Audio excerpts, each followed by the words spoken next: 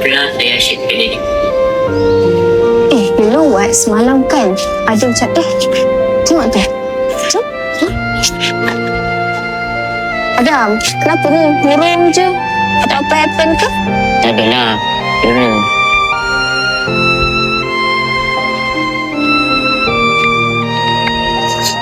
Ni, saya pun tak tahulah apa masalah saya. Sulit sangat ke saya ni. Adam. Itulah yang Izzuddin Form 5 tu.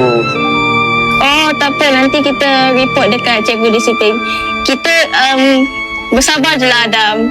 Kita patutlah mencontohi Nabi Muhammad SAW yang pernah dihina dengan kaumnya. Lapor kat Ustaz Helmi kot. Tak adalah dia kena bully lagi kan? Okey tak? Tu? Jom.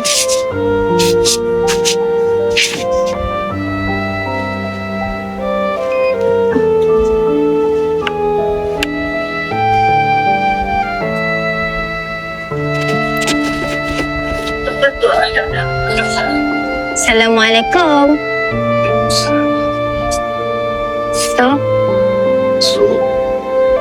Siapa Ustaz? Ya, Kami satu Waalaikumsalam. laporan. Laporan? Laporan apa tu? Laporan kes bully. Okey, tak apa, duduk dulu. Okey, cuba duduk. Ni kes bully ni memang tak boleh nak kita biarkan ni. Okey, Anis, siapa yang kena bully? Adam. Adam yang kecil-kecil tu. Ya. Siapa yang bully dia? Izzuddin. Izzuddin. Ada saksi? Ada ramai.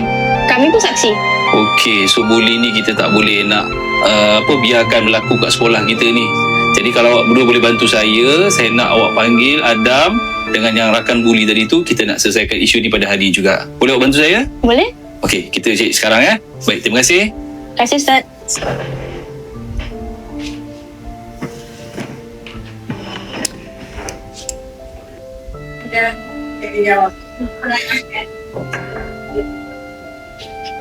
Waalaikumsalam. Silakan masuk. Silakan duduk. Apa khabar? Sihat ke? Sihat. Sihat, Alhamdulillah. Jadi saya ada dapat laporan yang mengatakan ada berlaku sedikit macam bully lah di kalangan korang berdua ni. Saya nak tanya, betul ke benda ni berlaku? Betul lah. Betul. Kenapa benda ni berlaku? Kita sebagai orang Islam, kita mesti saling apa? Bantu-membantu, sayang menyayangi. Jangan kita membuli orang. Sebab kalau bully ni, dia akan menimbulkan perasaan apa? Sedih, betul tak? Jadi sekarang ni Adam boleh ke maafkan Izzuddin? Boleh. Dan Izzuddin kena jadikan Adam sebagai kawan baik lepas ni. Boleh ke? Boleh. Okey, kalau macam tu mari kita bangun sama-sama. Okey, alright. Mari sini. Jadi saya nak Adam kat sini. Okey, kita bersalaman. Okay, awak minta maaf pada dia. Dah saya minta maaf Maafkan. Alhamdulillah. Okey, mari berpeluk-pelukan. Alhamdulillah. So, ingat, kita ni mesti kuat. Jangan kita bercerai. Mesti kuat semangat. Sayang satu sama lain. InsyaAllah semua akan berjalan lancar.